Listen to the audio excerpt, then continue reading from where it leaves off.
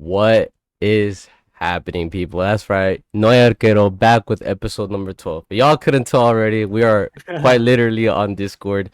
Long story short, I have COVID, so we're doing it from the safety of our homes, I'm not trying to risk my co-hosts out here, joined by Vicente and Jordy. How y'all doing? Good, man. The weather's been crazy. We apologize. Last week we didn't have an episode up. Obviously we're in Houston and we had the hurricane happen, and we hope everyone's safe and everyone's okay. And so for all of our safety, we stayed home last week and we didn't record.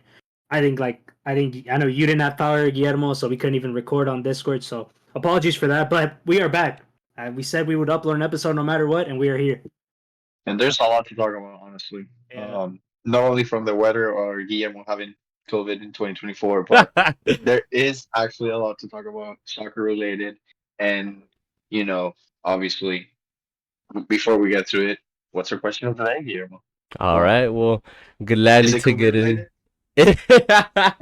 That's actually COVID funny. related. It's not COVID related, but it is football related. It is football Okay. related. And this is a very, very simple one, but one that hits in the heart for sure. What was that one player that, for as long as you could remember, when you were like a kid or whenever you started watching the sport, that made you fall in love with the sport? You know, a very common pick for this is like Ronaldinho. He's a really good player. With his skills and his dribbling, he just attracts the eye and easily makes any person that's watching the game fall in love with the game. But for me personally, a big influence, not only like in my footballing life or just in general, was Rafa Marquez. I Rafa gotta put him Marquez. up there.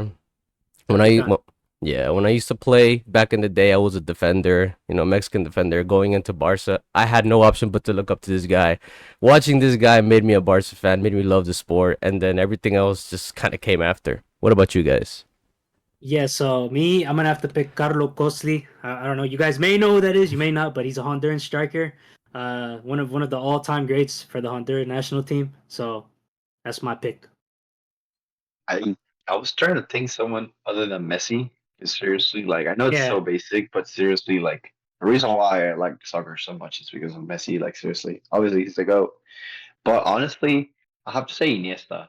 Mm. Iniesta good answer. is a I like that. yeah. Like I remember watching Iniesta from an early age, and I was like, wow, because he had everything that Xavi had, but he was the more like he had more of a, like a attacking midfielder rather than as defensive as Xavi was, Mhm. and I was amazed by that.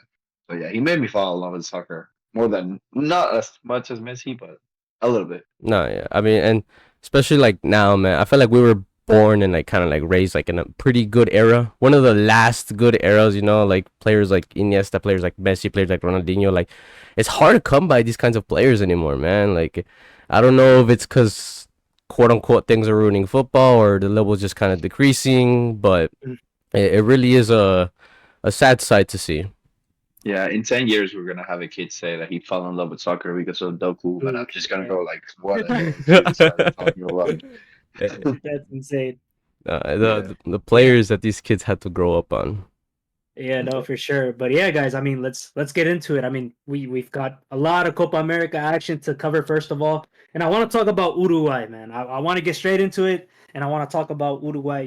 Before this game against Colombia, they played against Brazil. We didn't talk about that either because we couldn't upload an episode. But against Brazil, no Vinny, you're thinking right. This should be easy, right? 90 minutes, they should get this done, and then they go to pens. Surprisingly, Uruguay gets that red card like later on in the game through Nandes, the thumb challenge. VAR reviews it, gives them a red. Um, and then they go to pens and they win it in pens. What's his name again? The Brazilian player that plays in the Prem. I think he's at Villa or Douglas. Is it Douglas Douglas? Luis? Douglas Luiz? Yeah, he missed this pen. Well, he's going to Juventus now, I believe. But yeah, Yeah, he with his missed his girlfriend. pen. He missed his pen, and then yeah, Uruguay ends up surviving that one. And then they go into the game against Colombia, and they start off fantastically. They don't really have a lot of the ball, but they counter like amazingly. One of some of the best counter-attacking football in the world right now through Uruguay and Bielsa system. And Darwin, man, like we need to talk about some of the chances that he had. He had about 2 one-on-ones early in the first half, missed both of them, and Colombia comes on the corner, they score, and then they get the red card. And then you're thinking, okay, they have the red card, they're going to go out and they're going to win that. But Colombia had the better chances, even with that red card, in my opinion, and they should have finished this game. But yeah, I mean, they go outside to Colombia once again. Their fathers officially knocking them out of 2 Copa Americas back to back. You know, Colombia owns them. And Bielsa's not happy. I don't know if you guys saw that press conference. He Yeah, was not happy about the conditions and some of the stadiums here. And it's true. I mean, the ball looks bouncy. So like some of the fields weren't great. But yeah, I mean, I don't think it's an excuse here. I think Uruguay should have won that game, and there was no reason for them to not come out on top against a 10-man yeah. And Colombia. talking about Bielsa, I don't know if you guys saw this, but he said he preferred to play against an 11 team, like against 11 Yeah, rather than 10 because that changed Colombia's system. And in a way, he's right because Colombia did look, I mean, Uruguay looked better when Colombia had when they had 11 11. players, Yeah, because then they just sat back. And honestly, Colombia, they knew that, when they started suffering, when Suarez came on and he hit the post, they immediately put on Jerry Mina to make a lot of five. And it was crazy. I don't know if you guys saw this the same way as I did, but playing Lucho Diaz up top and sending all balls to him so he could hold it was insane. Like they couldn't take the ball away they from him. couldn't. Yeah, And he's so good on the ball. yeah, and everyone who was marking him ended up getting the yellow. Like it was crazy. But talking about Uruguay, I have to say this. Um, Uruguay, they have um they have only lost 3 games out of the last 18. And there's one thing common in all those three. Araujo didn't play. Wow. So the Colombia's goal came from a corner. Obviously, Yeah. James getting another assist, the 6th assist in the Copa America. He passed Messi as the player with the most assists in Copa America, which is crazy. Um, and they will play in the final, so we'll see who takes who Mhm. takes the record. But but yeah, I mean, like maybe if Araujo would have been there, you don't get that goal. You don't that player doesn't go in the air. Lerma doesn't go in the air and wins it, and it's something to look at it. Yeah, I mean, Yeah, no, for sure. definitely, I feel like you have a point there because Araujo is, a center back, good in the air. It could have maybe done something in that situation. But we also have to give credit to Colombia, man. Like, Oh, Colombia has absolutely. been playing so good this entire tournament. Like Néstor Lorenzo, their coach, like has been developing or has developed a system where like it makes players like James Rodriguez. Obviously, it's not 2014, but we're talking about him leading or surpassing Messi in assists in the Copa America when people thought that his career was already over. Like, people had quote unquote forgotten about his name. James Rodriguez is a name not to forget, but he got tossed around between teams. He got benched. He went to Qatar. He's now playing in Brazil, and people kind of didn't really think about him when it came to the Colombia national team. But I actually watched like several interviews for Colombia players, and they all kind of had the same like idea and like vision of James, that they needed him for la selección colombiana, that he was the leader, like, even though he's not what he used to be, like they still need his tactical input and his playmaking abilities, and clearly it's shown, getting all these assists for Colombia in la Copa America. But something I did want to highlight, they ended up getting a red card around like the half. And Daniel Munoz, that's their right back. Like, The undisputed best right right back back. in the Yup. tournament. Yes. Yeah, probably the best right back in the tournament so Scored a goal far. Yeah. against Brazil. Scored the first goal as well for Colombia in the first Yeah. match, I believe. So it's going to be a big loss heading into that final, man, for Colombia. Yeah. Yeah, I for mean, sure. he was showing quality forward and defensively. Like he was attacking, he was defending, he was doing well, and that's something they're gonna suffer. And I remember early in this, before the Copa America started, that we made that episode, kind of highlighting players to watch. I said that James was gonna have not as a bigger role as Luis Diaz, and things change. I feel like I don't know. Like when I watched the videos after the match, it was almost like immediately after the ref blew the whistle, everyone was going where James was. Like he is the leader of the team. It was similar to when Messi won the Copa America. That everyone just went and ran up to him. It was almost Yeah. the same. Like it gave me that vibe. I was like, this is the guy who they want to do it for him. Like Hmm. he deserves it. Yeah. If you're James, I mean, you're playing amazing right now. What do you do, man? Do you go to the US? Do you get your bag? Go to the MLS? You get your money? You call it, or because Um, I don't see him staying in Brazil for very long.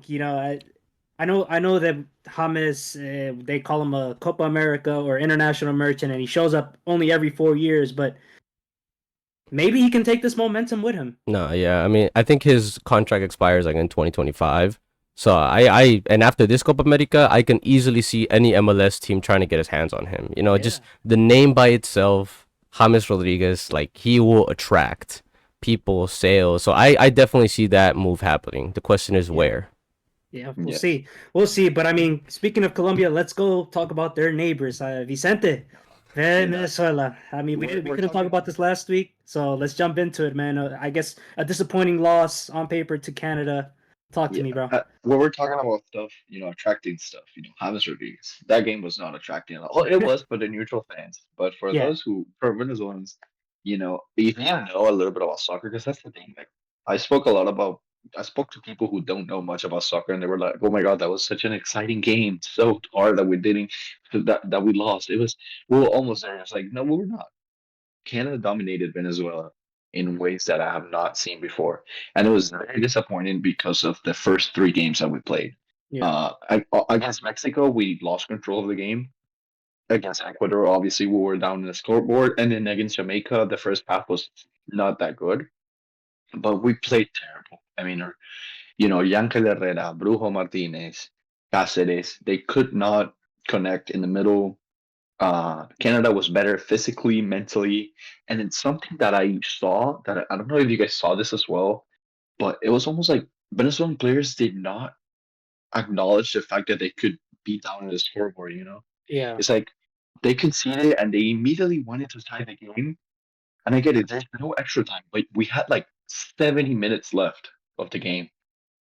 I You have a know? question for you, Vicente. Do Yeah. you feel like okay? So I'm looking at this stadium right as a neutral, and I'm like, wow, I've never seen so many Venezuela fans in one building before. It was incredible. Do you think that the players were a little bit nervous? Seeing this many Venezuelans in one place, I don't think they've ever played in a stadium like this with this many home I, fans.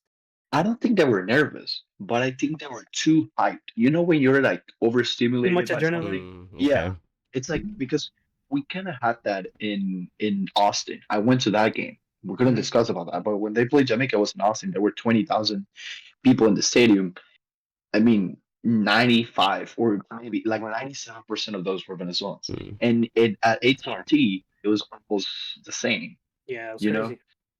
I think it was 50,000 or 51,000. Pretty much 50,000 of them were Venezuelans. So those fans also contributed to this whole thing of like we can't lose, we can't be down on the scoreboard because it almost felt like Bocha Batista, the coach, was like, "Calm down, guys. Like, let's move the ball, let's Yeah, pass," and they just kept going forward and forward and forward and missing passes, and it was not there. It's disappointing because we played the worst game at the most yeah, important time, but that's what these tournaments are all about. You need great form and you need to always go up, not, because if you hit the wall when you're in the quarterfinals or round of 16, in this case, we don't have round of 16, just straight into quarterfinals, you're going to lose and you have to go home. yeah. Yeah. No, for sure.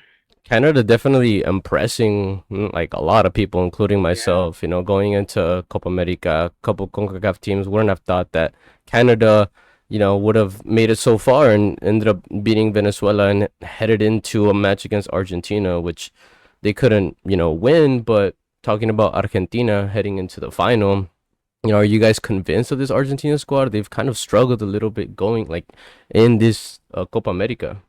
yeah. Nah, not at all. Honestly, not convinced at all with their performances so far.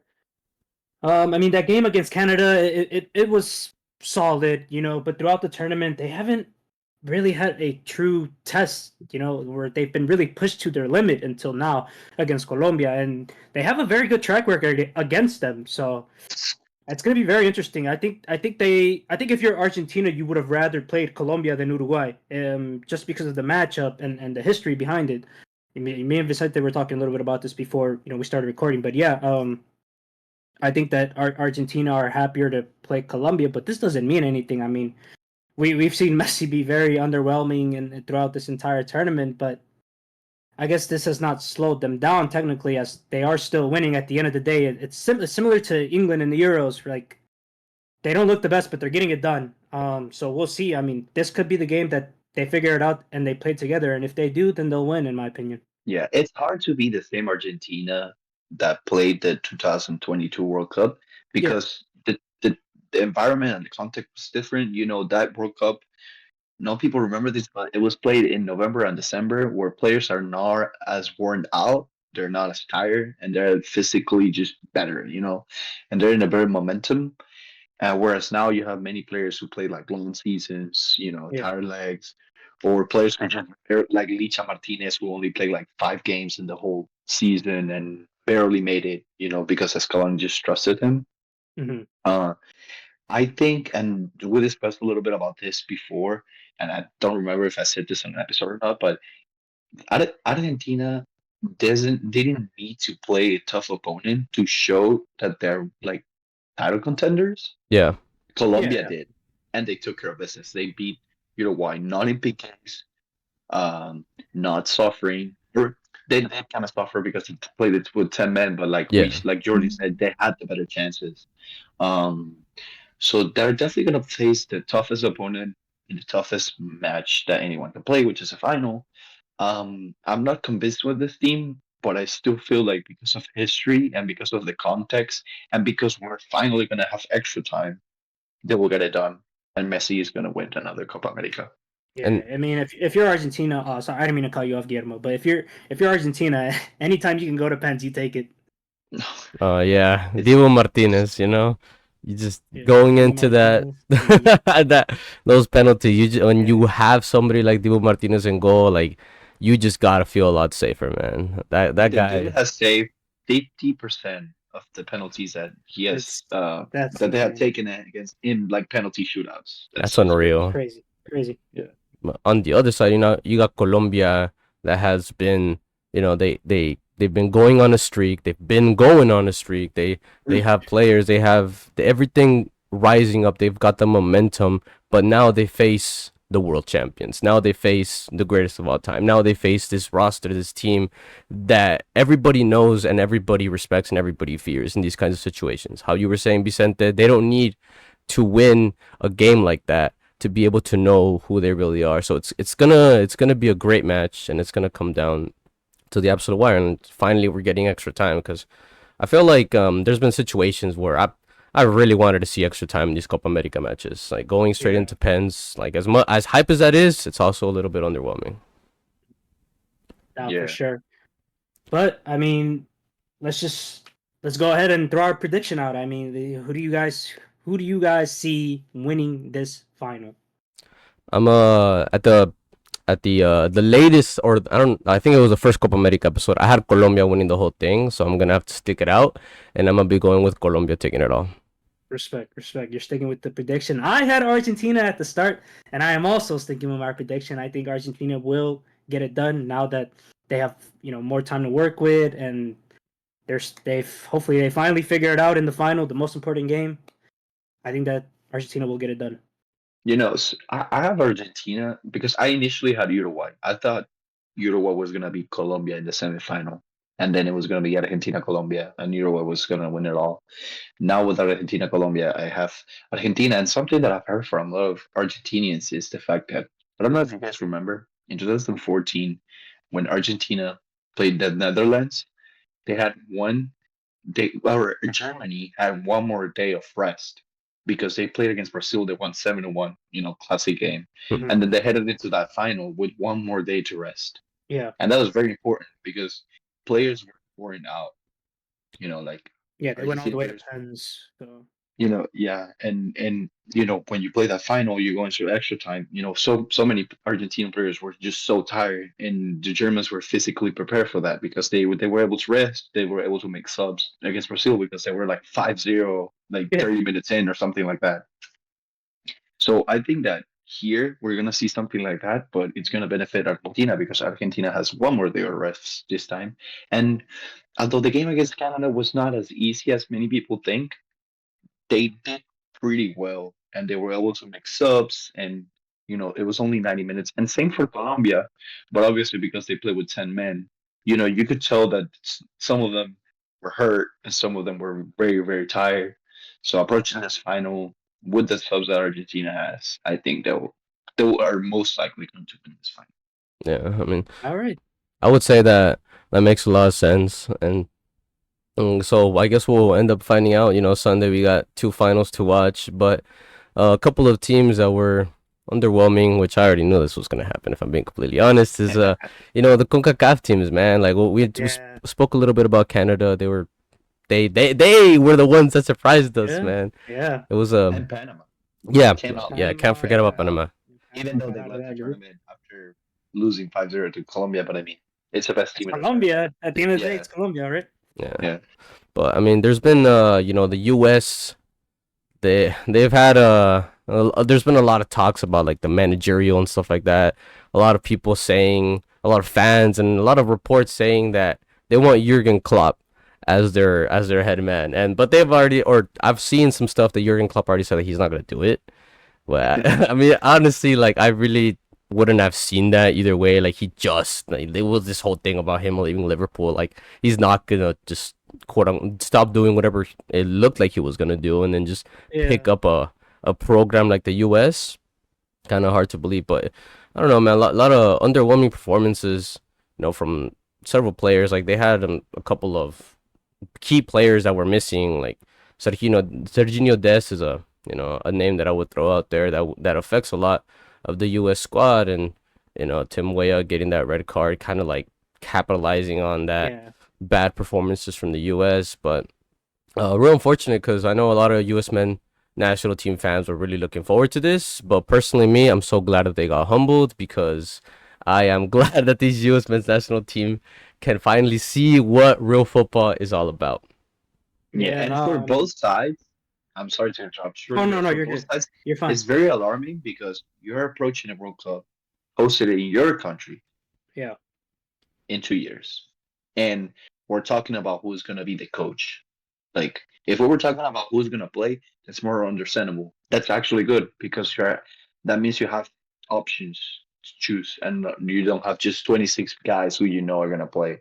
But we're talking about who's going to coach each team. And this is very, very alarming. Yeah. And Yeah. did you want to say something, Jordy? So. Oh, I kind of lost my train of thought actually, but yeah, I mean, it's crazy. The U.S., their best generation and Mexico's worst generation finishing the same. I know Same way. I saw a lot of back and forth on Twitter the day before when Mexico got eliminated, and U.S. the next day also got eliminated. So yeah, it's very interesting to think about here, and going into more in depth about Mexico and their worst generation, and this cycle finally, I guess, almost being over for you guys, Guillermo. What do you think? Like, what comes now in preparation for 2026? Yeah, I mean, it's a really bad place to be in. Like Vicente said, it's right around the corner. We're hosting the World Cup. Like this is a bad look, especially after like Mexico has had a reputation of a force to be reckoned with in situations that you don't expect them to. In previous World Cups, we've been just I guess forces to be reckoned with, underestimated and stuff like that. But now it just looks sad. As a Mexico fan, like it really is hard to watch some of these games. And there's been a lot of talks about like the manager position, and apparently the federation presented Jimmy Lozano with two options, which one was either get an assistant coach and an auxiliar that has experience to be able to help with like any kind of decisions or any kind of game time, stuff. And the names of like Javier Aguirre were mentioned, like Ricardo La Volpe, like Hugo Sanchez, which I really don't think they'll just come into Selección Mexicana and be an assistant coach, with their experience and win their egos and stuff like that. And then the other scenario that they presented to him is that Jimmy Lozano actually steps down and becomes the assistant coach, and then somebody of a bigger personality like Javier Aguirre would come in as the main guy.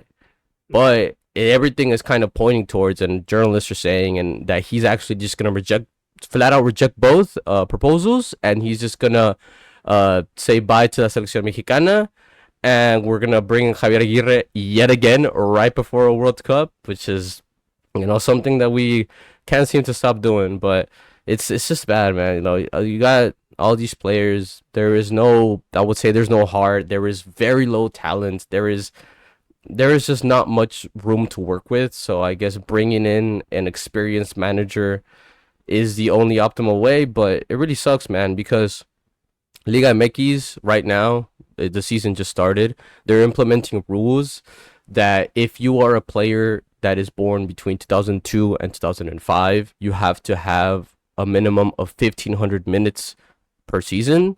So that's really good. Yeah, but it's like, it's a little too late, man. Like, we 2 years away from the World Cup. Y'all should have done this years ago. Started getting in preparation. 10 years ago, like 5 years ago, this would have been a really good thing for you guys to develop young talent. Yeah. Yeah, but now, sticking to some positive stuff, and I guess this can be like our last thing that we can touch on for Copa America before we head into the Euros, and most people are waiting for that as well, is I want to hear, obviously, we know the negative things about CONCACAF coming into this Copa America. After the Copa America is almost over, what are some of the positives, if there are any positives, for the US, obviously for Canada and Panama, we know, but for the US and Mexico, like what are your like positive takeaways? I mean, honestly, I would just say, like, maybe I'm like biased here, but I just feel like the positive is not just Mexico, but both the Mexico and the US just getting humbled, man. Like yeah, that's what I was gonna say, like a reality check. Yeah, because like World Cup is right around the corner, and y'all clearly have not been preparing the way you should have. And this is a beautiful reality check for both federations, and they got to get on the ball and start doing something about it, unless they want to get eliminated like Qatar did this past World Cup, And the thing is, like, it's not because of talent, because Canada and Panama show that with good preparation and with the right manager and trust and confidence, you can go far and do big things. So if the US and Mexico would have been as prepared as Canada or Panama, they could have done even bigger teams because they have better talent. Yep. Yeah, definitely. I mean, we'll see what happens with these two federations. USA, recently letting go of Greg. We'll see who they pick up and where they go from there. But heading into the Euros, I mean, Spain, guys. We talked about Spain earlier, a couple episodes back. And I didn't have them going this far. I think Vicente was probably the only one that, talked about Spain like this good about them. So Vicente, I mean, you must be very happy. I'm happy. I'm happy because Lamine Yamal, obviously, he's balling out. Barcelona insane player. Dani almost scored. Yeah, and Pedri got injured with that, or Tony Kroos challenge. Some people say it was on purpose. I don't think he meant. I don't think he meant it. He just was trying to get the ball on. Unfortunately for Pedri, he's gonna be out for about a month with like another knee issue. But I'm really happy about this Spanish team because even though they need possession and they need the ball like any other team, they are good without it. Yeah. And that's something that we didn't see with Luis Enrique. In the World Cup, Spain was a slow team. They needed to have possession for most of the game, whereas this Spanish team, when you have two guys like Lamine and Nico Williams on the wings, like you can just give them the ball and they can create so many chances, and it's really fun to just watch. It's actually fun to watch this team. Yeah, no, for sure. I think with the absence of Pedri, I don't know if you feel this way, Vicente, but I feel like Nico will get the ball less now that Pedri it won't be on the field. So I don't know. I mean, not that Nico needs a lot of the ball to create, obviously, as we see, But I just feel like the more that him and Lamine can get on the ball, obviously the better for Spain. And I feel like Pedri was the best out of all the midfielders at providing Spain with that width. Yeah, So we'll see. I think Lamine, obviously, with the last performance against France, MVP at 16 Yeah. years old, becoming the youngest, scorer in the Europe Cup is insane. But he's gonna benefit a little bit more, obviously, because Carvajal is coming back as well. Oh yeah. So he knows that. And something that Rodri said in an interview, I don't know if you guys saw this, but Rodri was like, I don't know, I not only congratulated Lamine for what he did, like the goal, but also because of how much effort he put, like tracking back and Yeah. helping the Helping. defender, Jesus Yeah. Navas, who stepped up. I said that I would have liked to see Pedro Porro instead of Jesus Navas, but Jesus Navas, I mean, He he played showed an hard. outstanding Yeah. game. Yeah, Yeah. show And he hard. got that early yellow. I mean, I feel like Yeah. France should have attacked that down that side more with Theo. I feel like they were very right side heavy that game. But I mean, hey, Lamine shutting up Rabiot. Yeah, standing on business. That was awesome. Yeah. And 16-year-old and kid. talking about France, and I want to include Germany in this conversation. It's tough because this team's had obviously Germany hosting the team and with an incredible roster. France almost being World Cup champions if it wasn't because Dibu Martinez is just a psycho and like takes and save penalties. But you have so much talent and you lose France in the semifinals. Germany, you lose in the quarterfinals against the best team in the tournament, or what has been the best team in the tournament. Is this considered a failure? I mean, I would say that I feel like both situations are kind of different because Germany, I wouldn't consider Germany a failure. They did lose against Spain, quote unquote, the best team in the tournament, but it's not like they didn't go out and fight. It's not like they didn't get the results that they needed. It's just unfortunately they couldn't get it against Spain. Being the host nation, maybe you would have expected a little more, but it is what it is. And when it comes to France, I feel like they were definitely a letdown. Like their roster, their players, like their talent, like you really do expect a lot more than what they provided in this Euro Cup. So that's what I would say about that. Yeah, I spoke about Euros Mbappe, before the tournament started, and it came true. I mean, if you're a Real Madrid fan, though, I don't think you should be concerned. Nah. Obviously, disappointing Euro for Mbappe, but I think if you're a Madrid fan, he'll be fine. And this disappointment for Didier Deschamps as well because he wasn't able to get the team together. With so much talent, France never played good football, and that's very concerning. Because you have, like we said, the World Cup in just 2 years, and the federation is backing him up. They want him to be the coach, but we'll see. Maybe this is just the beginning of the end. Like the start of a huge letdown for France. Yeah. No, but I agree with Guillermo completely on that. Germany. I mean, Spain won with a little bit of controversy as well. I mean, Cucurella handball. I don't know, man. It's close. It's a close and tough call to make. And we even saw. I don't know if you guys saw, but he was getting booed. Oh yeah. And that's in the semifinal game, which is crazy. But I mean, talking about letdowns, is Ronaldo a letdown? Oh, that's another topic. I don't think he's a letdown because I felt like we knew going into this tournament what would happen. I feel like no one really expected Ronaldo to. I'll put it this way: in my opinion, Messi has been more of a letdown for Argentina recently than Ronaldo has for Portugal, just because of the expectation of the two players with their national team. But I mean, Ronaldo has been scoring many goals in Saudi Arabia. Obviously, and in the friendlies he scored. Saudi Arabia is not the most competitive league in the world, but he has been scoring many goals. Like I think it was over 30 goals or something like that. Yeah. So it's. Like, I also don't think that there were many expectations of him, but I think that with this Portugal squad, it should have been better from everyone. Yeah. I feel like I actually think it's like the other way around from what Jordy said. I feel like Portugal were expecting a lot more from Ronaldo than I feel like Argentina expects things from Messi, but the team was able to play around, and Messi. He doesn't necessarily have to score every game, but in Portugal's situation, Ronaldo played but I think besides one game, he played every single minute of every single game. Like the other striker that Portugal brought was Gonzalo Ramos, and I think he got subbed on against like Slovenia for like 20 minutes or something like that. So I feel like they were really expecting Ronaldo to just be banging in these goals, like, and unfortunately, the homie was not able to do it in dire situations. So Yeah, I had that's what I would say friends. about that. I have friends who are like, big Ronaldo fans, and we were discussing about the importance of a team that sees you not only as an icon, but is willing to die for you.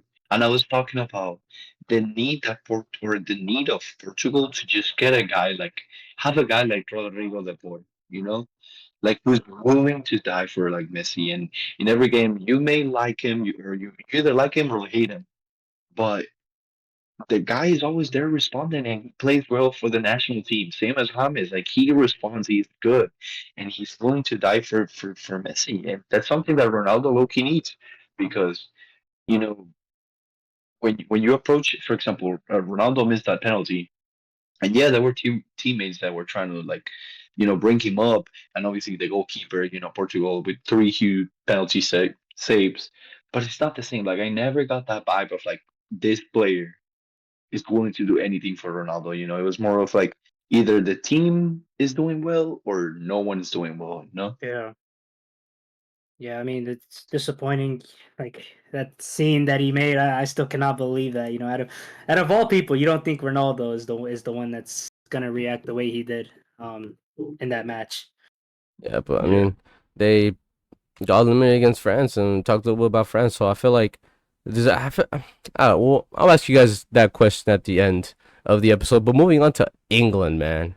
You know, Mm, when we talk about teams in the Euro Cup, when we talk about doing just enough, man. Like it is hard to watch this England squad, bro. Like it is so.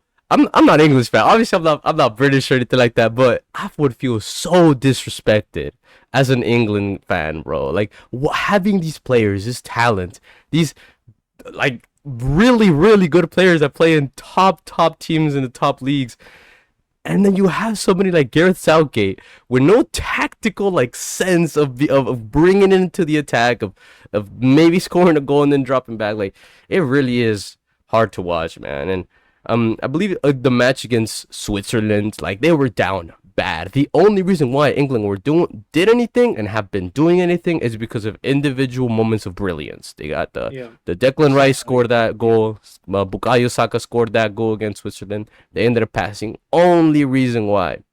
Same thing with England Netherlands. That game was that to me that was a snooze fest, man. Coleman against Southgate. It was hard to watch, but and it He did sucks. make the subs though. I mean, he brought Watkins on. He brought Ollie Watkins in the 91st minute or whatever and ends Yeah. up winning the game.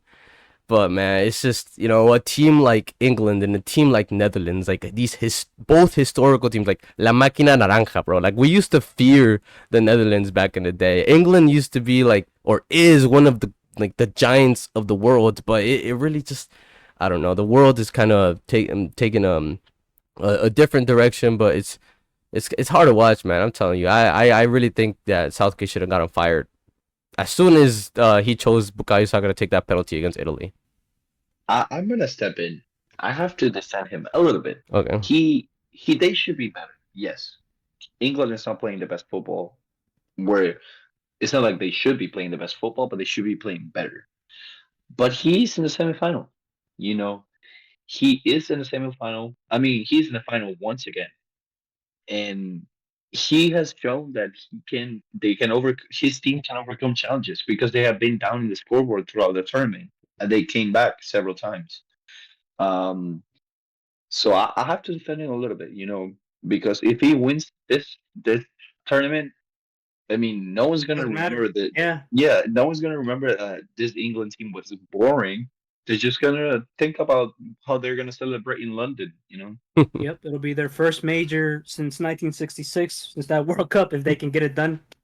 Oh, Yeah, so a big weekend for English fans. So yeah. we'll It's we'll, it's we'll not gonna see be that. easy, but what are your thoughts on this final? Spain, France, Spain, England. I'm all over the place. Yeah. Um, what are some of your thoughts on this final? What are some key concepts? So What does each team have to do to get the job done? Yeah, so my first key concept is going to be that Lamine and Walker matchup. I think that's going to be that could determine the game. Honestly, that matchup right there between those two. So we'll see. I mean, Walker's been great, not outstanding, but great but like good so far this tournament. I think it'll be more of Nico and Walker. Oh, is it Nico? Are they not? Yeah, because if Walker plays right back, Oh yeah, you're then Nico, yeah. So, but Yeah. actually, But- what you are pointing out there is who is going to mark Lamine, because Yeah. they have been England has not been playing like consistent left backs Yeah. Mhm. because they don't have one. They've been subbing in Shaw. You know, and against the Netherlands, they subbed in Shaw at halftime. So yeah, no, you're right. So yeah, for sure. Regardless, I think that whoever marks Lamine and Nico and those wings, that those two matchups between the right back and the left back, whoever England pick to start this match, and Nico and Lamine could be a deciding factor in this matchup. Yeah, I just feel like it's gonna. I'm on the England side, you know, like I know for example against Switzerland, he was playing like a three at the back with like Trippier on the right and then like Bukayo on the left, you know, something like that. So if Gareth Southgate wants to like utilize like this kind of system and like these kinds of players, like he really has to keep in mind Lamine and Nico, man. Like these guys are young, fast, explosive, and they will just break through those lines, and that's really what England's got to Yeah. be, you know, kind of like be looking out for. I feel like England's got like a really good like midfield, Declan Rice, Jude Bellingham, you know, like real condensed and stuff like that. So they just got to worry about those wings, where I feel like Spain would just genuinely excel in. Yeah, but I have to say, Fabian Ruiz, Olmo, obviously we're not gonna have Pedri, but Rodri have been Okay. the best, Insane. insane this tournament. They Oh, have been yeah. running things around. They've been owning every midfielder who they play against. Yep. So there, you know, Southgate is gonna need a lot more from Rice and Bellingham in the midfield because Mhm. you know you're most likely gonna lose control of the ball, and you can't be without the ball for 90 minutes. You know, so you're gonna need a lot more from those three players in the midfield. Yeah, no, agree. And I mean, if we can see that same Kobe Mino that we saw in the semifinal, Spain's gonna have a tough time. So we'll see. I mean, he before this tournament, I believe he was like, I saw like a stat on Twitter where he was like the youngest. It was like all these young stars and the amount of minutes that they've had with their national team, and Mino had like the least amount of minutes with his national team. So him stepping up the way he has for this English team, you know, he's earned his spot for sure. Yeah, this has been the Euro Cup for the young talent. I'll say that. Yeah, no, it has been Yeah. for sure. These United fans, after that performance, first thing I see on Twitter is Mino is officially better than Declan Rice. I'm like, oh my goodness. Yeah. I had to put it out there. I thought that was hilarious. But who do y'all have winning this final, man? Like it's gonna be a great game. I'm gonna go with my prediction at the start. Yet again, England. I'm gonna back them to The win the curse entire will thing. be over. I hope that they can break the curse. You know, Is it Harry coming Kane home? finally getting his first title or his first like big title. And yeah, I mean, I'm gonna go with England. I think Spain is gonna win it, but going back to Copa America, I would love to see an Argentina England finalissima. Oh. That would be That'd be insane. Yeah, that'll be Like, for the that would be books. crazy. Also, like Spain versus Argentina finalissima. You know, Lamine versus Messi. Yeah. You know, for us Barca fans, that would be crazy. Like that All would right, be it could be sick to see. Colombia, bro. You know, Yeah. No, yeah, obviously, It but could very well in the be. case where Argentina wins it, it will be fun to watch a finalissima like that. Yeah. For sure. I mean, I definitely agree with you there, but I'm gonna have Spain, you know, taking it all. Like, this England squad, like as much as they like to scream it's coming home, I just don't see it coming home. And you know, I feel like a team that's dominant in Spain should deserve it. If they go to PKs, Oof. who do you guys have? Still your pick, or does it change it? I think Spain wins it. Then I just Pickford. I don't know. I'm not convinced with And his. Unai Simon has been great in Yeah. PKs Yeah. recently. So I don't know. I don't know. Then I would probably have to switch my answer if they went to pens. I mean, yeah, it also like I trust Unai Simon, but I don't trust the penalty takers from Spain. yeah, that's the thing. That's very Whereas true. England, it's the England, other way. Like, they showed I kind of pretty trust good the eyes. penalty takers, but not really pick first. Yep. So Mhm. it just depends on who has like more pressure. No, yeah. Definitely. I I agree with you there, Vicente, quite literally. But as we are kind of concluding to this episode, before we get into Guess the Footballer, I'm gonna ask you guys two questions, one at a time, but they both kind of go hand in hand. So, we've obviously witnessed the majority of both of these tournaments. Would you guys say that the overall quality, the overall level of football has simply just plummeted over this past couple years, and there was a display like these tournaments? Well, I just think teams are getting faster, stronger. Tactics are different now. Teams are watching more film now. You know, they're hiring people in the video department to like study. And I just think that there's so much more tactical analysis behind the game now than 10 years ago. So I think that that's a big part of it as to Yeah, why I it think maybe is a bit like slower. I think international football is starting to be played the same as club football, which that more like that amount of like in-depth analysis and data and and individual coaching. So that's like making it more competitive at every level. Hmm. And I don't think the level of play has lowered or the quality of football has decreased.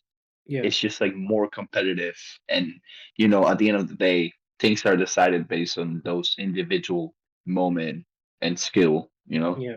Okay, well, with that being said, going back to a question that you actually asked us a couple episodes, Vicente, did Pep Guardiola ruin football?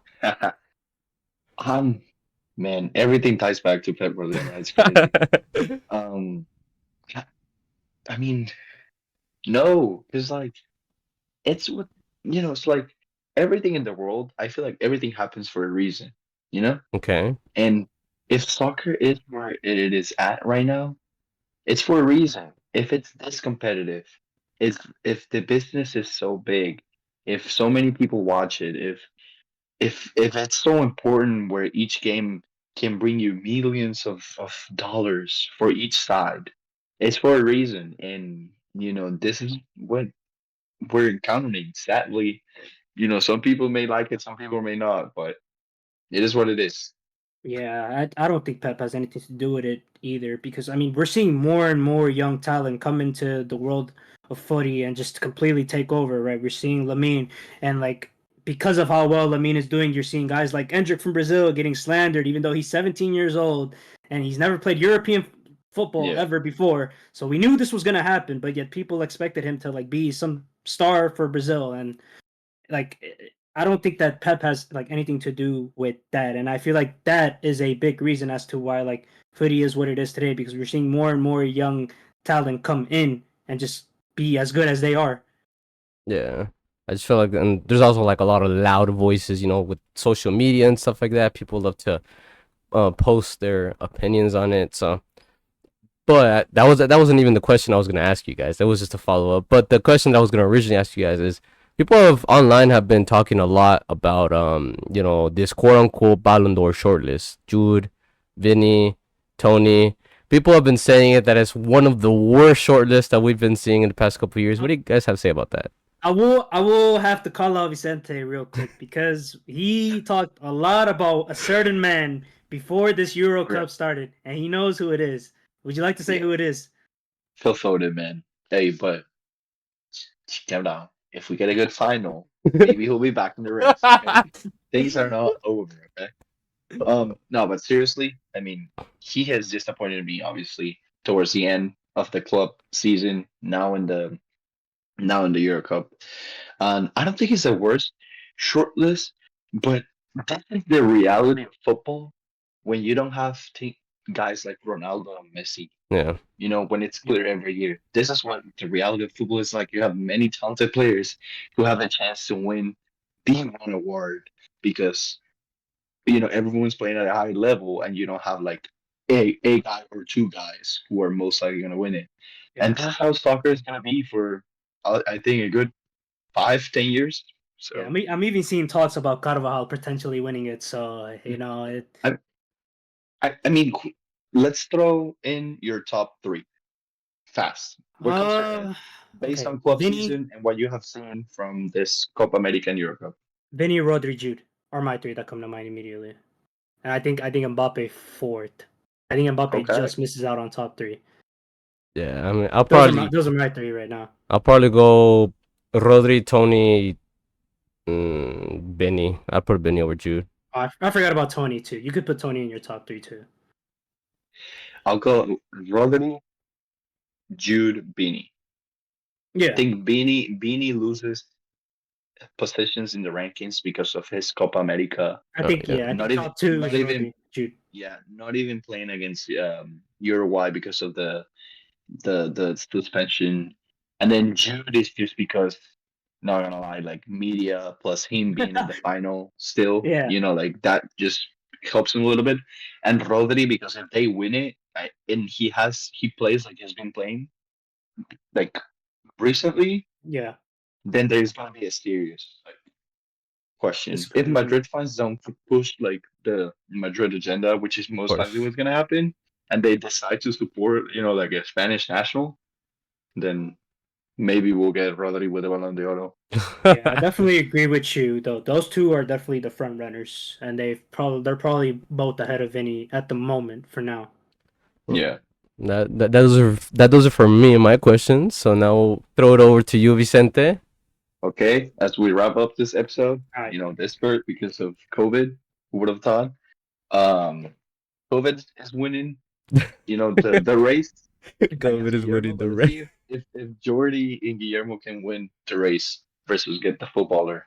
Our record is what? This is episode 12, so we have done 11. I think it's like 9 and 9 and 2. 9 and 2. 9 and 2. I think I so. think so. Yeah. We might have Yeah. 3. It may be Yeah, or 8 and 3 or 9 and 2. 1 and 2. But yeah. We're losing So count. overall, I think you guys have done better. However, the past like 3 or 4 We've been have taking too tough. long. We have been taking Yeah. too long. Taking but too long your have been orders. The thing is, your orders have been tough. Yeah. So this player is a well-known player. You guys are gonna think hard. He is still playing. I'll tell you this. Okay. So just think hard. Okay. Okay. Are you guys ready? Mhm. Okay. So the footballer that you guys are looking for has played with Courtois. Courtois. Damn, okay. Well, I can be any guy from any. Okay, so he said think really hard. Some guy from Very hard. Atletico Madrid back in the day? Surely not. Some guy from Chelsea, Atletico, Chelsea, Madrid, Belgium. Belgium. Like an old head from Belgium. I don't know, like a Lukaku. I feel like would be too basic. Yeah. He also is. You gotta be playing right now. Yeah. It can quite literally be. We'll go with. I'm gonna throw. Dries Mertens. It's not Mertens. Okay. Old name. Well, that's a good guess. Okay, you went from the It's a Belgian throwback. side. Yeah. So it's Courtois and Hazard. Oh, okay. Okay, so could be Chelsea, could be Belgium, Could be Madrid. could Yeah. be Madrid.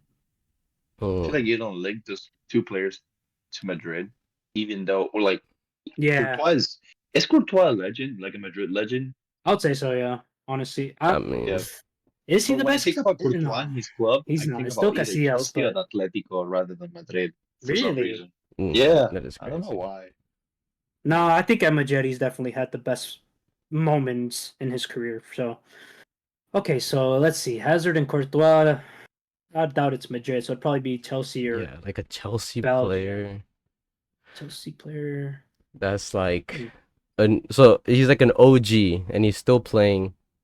I mean, Chelsea player. Oof. No, I don't know about timelines. Anyway. Jordy, do you have one? Yeah, I'll just throw in Lukaku. Why not? Okay, it's not Lakaka, It's not Lakaka.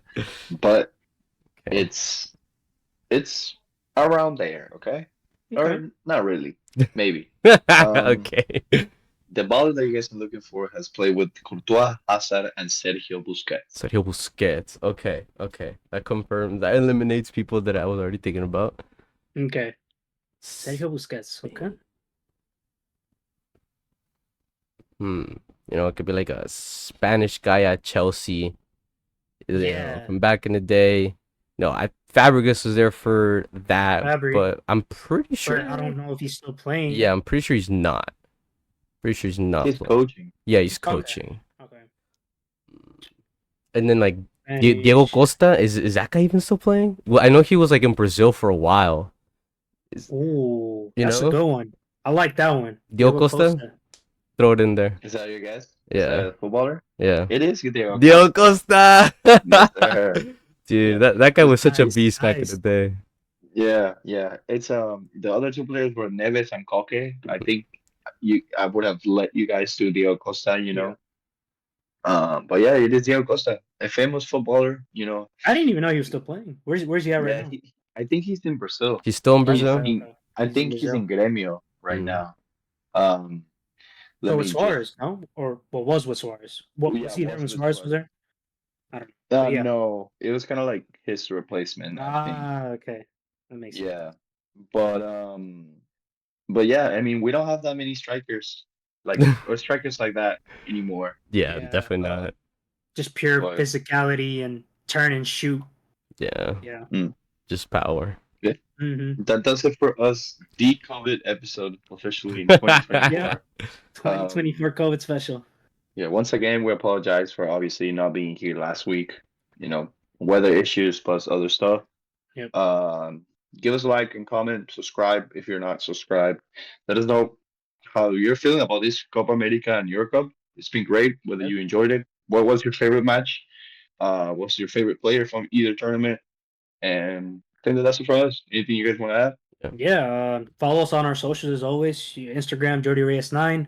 Twitter, Jordy Reyes 34. Still trying to get rid of the numbers. Guillermo. Yeah, so I actually changed all of my handles recently. Okay. I changed all my handles recently. I went from GLR Broadcasting to now I'm with Foot, so FUTWGLR. So Foot with GLR on our platforms. You already know me, bro. Okay, I like that. So you can follow me at Vicente.Gardo.m on Instagram, BGM091102 on Twitter. Yep. Holla at us. Let us know who's going to win these finals. And we'll catch you guys next week. Hopefully back to our normal setup. And yeah, that's going to do it for us. As always, take it easy. We'll see y'all on the next one. Peace. Peace.